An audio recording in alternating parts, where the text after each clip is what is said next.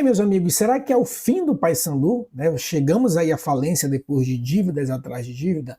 O juiz da 12ª Vara Civil de Belém concedeu aí o início do processo de recuperação judicial, né? Nesse vídeo a gente vai explicar tudo direitinho, de forma bem básica, o que é uma recuperação judicial, se o Paysandu vai falir, quais são as vantagens, as desvantagens.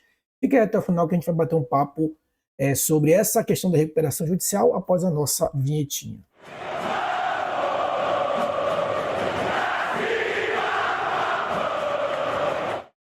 Bem, meus amigos, eu já peço para você se inscrever aqui no canal, né? Quem é Paysandu já se inscreve, já dá seu like. E é aquilo que eu sempre falo, né? Quem é secador, quem é remista, quem vai tirar sarro aqui da gente, dá pelo menos o dislike aí, né? Para poder que isso também engaja aqui o canal, né? Se quiser escrever também Paysandu falido, Mucura falida nos comentários, isso também ajuda no engajamento, então você acaba sendo um rival que ajuda o canal rival a engajar. Então já dá o dislike, comenta alguma coisa aí, beleza? Bem, para a gente seguir aqui, tirando todas as dúvidas, né, deixando todas as dúvidas sanadas, eu quero lembrar o seguinte, embora eu seja bacharel em Direito, o direito empresarial não é a minha especialidade. Então, contei com a ajuda de alguns colegas do direito empresarial e até alguns colegas do direito trabalhista. Cito aqui meu colega Bruno Alves, que me ajudou de uma certa forma também a organizar esse roteiro aqui do vídeo. Legal? Então, qual é a ideia do vídeo? A gente vai explicar o básico sem entrar naqueles pormenores do juridiquês, até porque essa não é a intenção, a gente está falando com o torcedor, e também não é a minha ultra especialidade, né? Eu trabalho com outra especialidade do direito. Então a ideia é fazer aquela passagem panorâmica, né, superficial, para você ter ideia e tirar todas as dúvidas aí que vem pairando sobre o nosso papão da Curuzu. Legal? Então bora lá, que nem é mesmo a salinha lá da tia Chiquinha, né? Afinal, o que é uma recuperação judicial? Bem, primeira coisa que a gente tem que saber antes de mais nada, para já te tranquilizar, torcedor bicolor, é o seguinte: a recuperação judicial é diferente da falência, né? Não te assusta, mas como a gente quer falar aqui de forma bem popular e bem didática, mas a recuperação judicial, a grosso modo, é como se fosse um passo anterior exatamente para evitar com que o clube vá à falência. Então a recuperação judicial ela é um passo importante e um passo responsável exatamente para evitar a falência, né? Mas afinal, a recuperação judicial, ela é boa ou é ruim, né? Isso aí a gente vai responder no final do vídeo. Bora primeiro rapidamente entender, bem rápido, direto ao ponto, depois a gente diz se ela é boa ou é ruim. Para que serve a recuperação judicial? Ela serve para que a empresa supere a crise financeira, isso vale para associações também, negocie as suas dívidas e continue funcionando exatamente para que evite a falência, né? Um procedimento aí previsto nessa lei que vocês estão vendo, a lei 11.101 de 2005, e depois teve algumas alterações, né?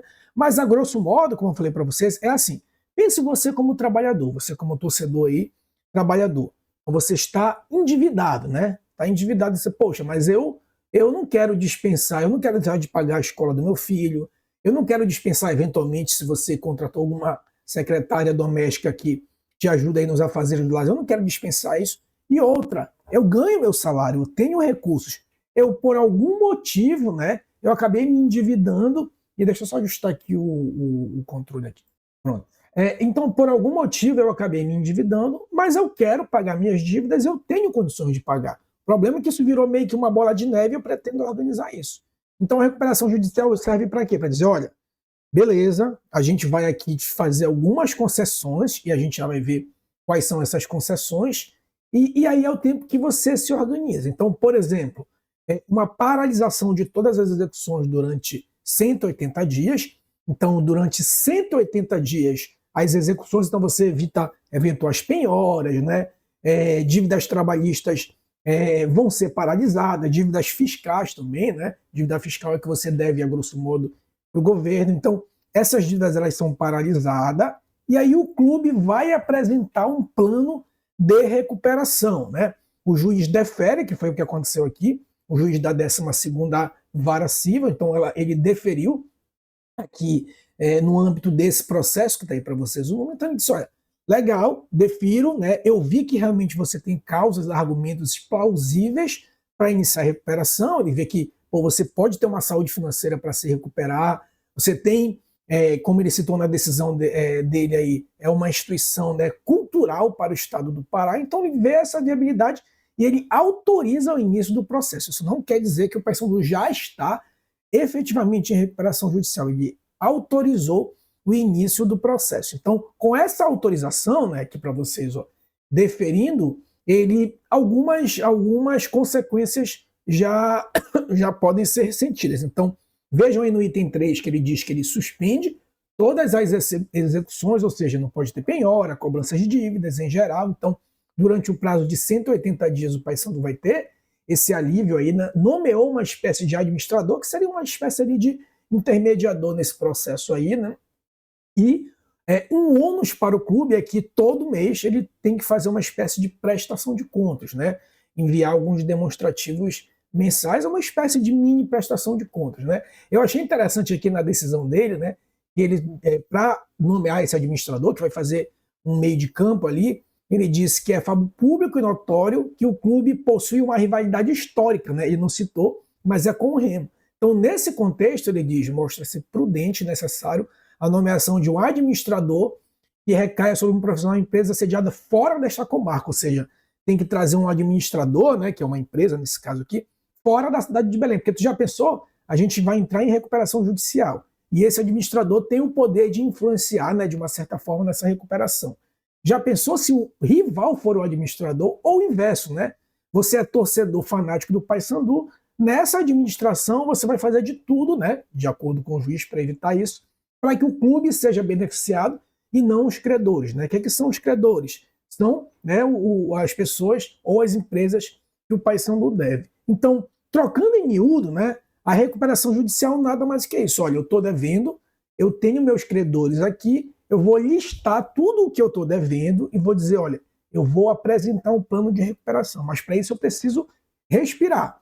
Voltando para o exemplo lá que eu falei do caso do trabalhador, ele diz, olha, eu não quero dispensar a secretária, eu não quero deixar de pagar a escola do meu filho. Agora, tudo que ficou para trás, dá uma segurada que com isso eu consigo continuar pagando a secretária, eu consigo continuar pagando a escola do meu filho, porque isso é bom para todo mundo. Porque o que é pior? O trabalhador não pagar ninguém, e aí ele não paga mais a secretária, não paga mais o colégio do filho, ou enfim, não paga mais o plano de saúde dele, e com isso o plano de saúde também perde mais um cliente, a escola também perde um cliente, a secretária lá, ou seja o que for, um outro trabalhador, espécie de qualquer outro trabalhador, perde também o emprego, ou melhor, a gente dá um tempo para ele se organizar e ele depois pagar todo mundo, né? Então, a ideia da recuperação judicial é isso, dar uma congelada, né? Dar uma facilitada e uma reorganizada na dívida para que todo mundo saia ganhando. E claro, para isso o Poder Judiciário vai ser uma espécie aí de intermediador dessa recuperação, né? O passivo, ou seja, as dívidas, né, a grosso modo que o Paysandu declarou, foi cerca de 17 milhões, né? 16 milhões e 762 mil. Então, esse é o passivo declarado, né, no processo. Esse aí é o passivo que o Paysandu declarou. Claro que agora os credores vão dizer, opa, peraí, esse valor de 1,5 milhão que tu está dizendo que eu te devo, que tu me deve, não é 1,5 milhão, são 2,5 milhões. Eles podem contestar. Mas o que o Paysandu declarou foi isso. E convenhamos, né, pessoal? Assim, o Paysandu teve uma arrecadação ano passado na Série B de 40 milhões. Então, assim, claro que a gente tem que criticar muito o que o Paysandu chegou nessa situação, mas 16 milhões para um clube que arrecadou 40 milhões ano passado, sinceramente, é um valor que não dá para dizer assim, meu Deus, o clube vai acabar, né? Por outro lado, é de se pensar, pô, arrecadou 40 milhões. E eu sei que isso tem uma bola de neve, né? Outras coisas aconteceram anteriormente. Mas não deixa de ser um parâmetro para a gente ter em vista aí que um clube que arrecadou 40 milhões e declara um passivo de 16 milhões é porque muita coisa realmente estava errada, porque recursos entraram e bastante, né? Então, a consequência principal é que durante 180 dias essas dívidas vão ficar paralisadas, a grosso modo, né? E os passos seguintes é o que vai ocorrer em seguida, é o seguinte: o Paysandu tem 60 dias para apresentar um plano, né? Então, olha, durante 60 dias ele vai dizer, olha, eu vou pagar essa dívida aqui com o Rossi, eu vou pagar assim, assim, assado. Essa dívida aqui com o governo federal, eu vou pagar assim, assim, assado. Essa dívida com o governo do estado, assim. Então ele vai elaborar um plano de como ele vai pagar, né? Pode propor deságio, né? O que é deságio? Um desconto na dívida, a grosso modo seria isso, um desconto na dívida. Depois disso, vai ser feita uma assembleia dos credores, ou seja, uma assembleia de quem o Paysandu está devendo, né? Não sei se vocês lembram lá do Valdir Bigodinho, foi até um vídeo que viralizou, né? O Valdir Bigodinho lá do Vasco, o Vasco entrou em recuperação judicial, até viralizou uma fala dele, falando que na época do Vasco não recebeu isso e aquilo. Então, inclusive os próprios, não se espantem se nessa assembleia jogadores também forem nessa assembleia que são credores, né? Mas bem, bora responder aqui a pergunta inicial do vídeo. Afinal, isso é bom ou é ruim para o clube? Como tudo na vida, é as duas coisas. É bom e é ruim. Eu diria que é muito mais o lado bom do que o lado ruim. Eu vou começar pelo lado ruim para a gente finalizar pelo lado bom. A principal consequência do lado ruim é o crédito, né? De uma certa forma, o clube fica com créditos limitados, né? Ou seja, tomadas de empréstimo, né? Um pouco mais limitado. Pode sim conseguir fazer empréstimo, excepcionalmente pode, mas há uma limitação desses créditos, né? Outra limitação, administrativamente o Paysandu tem que comunicar tudo ao juiz. E o juiz pode, a depender do caso, inclusive se meter nessa administração. Então, de um certo modo, o Paysandu perde um pouquinho a sua autonomia financeira. No entanto, a gente vê muito mais coisas boas do que ruins. A primeira você já viu lá no início. O Paysandu paralisa suas dívidas, consegue se reorganizar, pode parcelar suas dívidas, pode ganhar descontos nas dívidas. Com isso, ele recupera, olha, o clube está em recuperação judicial, está sendo fiscalizado pelo judiciário.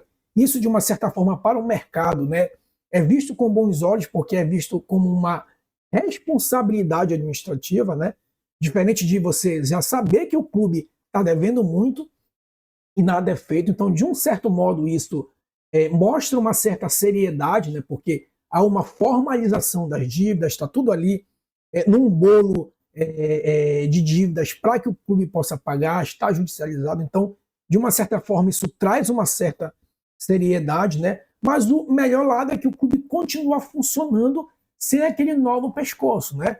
Volto àquele exemplo lá que eu dei do tio Chiquinho ou da tia Chiquinha. Imagina você aí, trabalhador, né, que é a realidade de todo trabalhador brasileiro, você super endividado, aí você consegue no mecanismo dizer, cara, eu estou devendo, beleza, mas dá uma segurada aí que com o dinheiro que eu recebo, você já recebe bem, né? O dinheiro que... O caso do Paysandu é um caso que, já que a gente está falando de trabalhador, imagine, por exemplo, médico, juiz, essas profissões em que você tem uma receita média uma receita muito acima da média brasileira. São pessoas que ganham bem, né? Médicos, juízes, promotores em geral, pessoas que ganham bem, no entanto, não souberam gastar os seus recursos, né? Aí ele vai dizer, cara, eu sou médico, ou eu sou juiz, eu sou promotor, eu até ganho relativamente bem em relação à média no Brasil. O problema é que eu deixei virar uma bola de neve. É mais ou menos assim o Paysandu. Ele tem recursos interessantes, porque é um clube de massa, mas ele se enrolou todo. Então a ideia é que ele se organize, paralise, né, você como trabalhador, paralise a dívida, e agora você vai ficar um pouco livre para poder gastar melhor seu dinheiro e se reorganizar financeiramente. Então eu vejo muito mais lado bom do que o lado ruim, né? E como eu falei até lá no Instagram, eu acho, né, não sei se o Paysandu vai fazer isso, que a gente deveria ter uma espécie de investigação interna, né?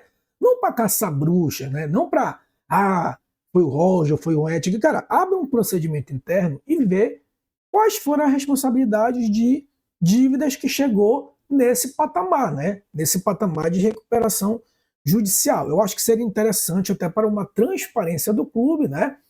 Muito provavelmente no regulamento interno deve ter essa previsão, a ver se vai ser tomada essa decisão. É difícil, né? Porque na prática acaba que rola um certo corporativismo ali, mas eu acho que seria ali uma medida até inteligente, interessante, né? Sem caça-bruxa também, porque a gente sabe que para chegar nesse nível não foi uma pessoa só, foram diversos. Então, até para as pessoas que passaram antes, se defendem e dizem, olha, não, quando eu cheguei assim, estava assim, assim, aqui estava assim, assim, assado. Então, eu acho que isso seria importante até por quem passou, porque senão principalmente os dois últimos gestores, Roger e Maurício Ettinger, todo mundo vai ficar dizendo, olha, é culpa desses caras, eles foram os últimos, né? Então eu acho que abrindo um procedimento interno, eles vão poder inclusive esclarecer, né? Mas, sinceramente, eu acho um pouco difícil, né? E por fim, só para a gente acabar com esse alarmismo, embora sim é motivo para dizer, poxa, o que fez a gente chegar nisso aí, para vocês terem uma ideia, já passou por esse processo de recuperação judicial, vem passando Vasco da Gama, e durante o processo de recuperação judicial, o Vasco chegou 2 vezes à semifinal, uma vez à semifinal da Copa do Brasil e outra final da Copa do Brasil. Só para vocês terem uma ideia, antes da recuperação judicial, o Vasco era só rebaixamento. Após a recuperação judicial, coincidentemente, o Vasco chegou na semifinal e depois na final da Copa do Brasil. Por quê? Porque ele pôde respirar. Vasco trouxe Coutinho, Vasco trouxe Nuno Moreira, Vasco trouxe uma gama de colombianos. Por quê? Porque ele regularizou as suas contas, né? Aliviou as suas contas. Cruzeiro, a mesma coisa, entrou em falência, o Cruzeiro entrou em recuperação judicial e depois da recuperação judicial conseguiu vender a SAF do Ronaldo lá pro Pedrinho, e agora olha o Cruzeiro aí, né? Contrata Gerson, contrata grandes nomes. Chapecoense, para mim, é o caso mais emblemático. Chapecoense, durante a sua recuperação judicial, ao fim da sua recuperação judicial, teve o acesso da Série A em 2025. A mesma coisa o Coritiba. Outras empresas fora do futebol que entraram em recuperação. Bombril, Gol, Casas Bahia. E a gente não continua comprando nas Casas Bahia. A gente não continua voando na Gol. A Bombril não continua vendendo os seus produtos. Então, o que eu quero dizer com isso? É para a gente dizer, não, tá tudo certo, o Paysandu tá mil maravilha? Não. Eu acho que o que a gente teria já sugeria a questão de abrir um procedimento para investigar por que chegou nesse ponto.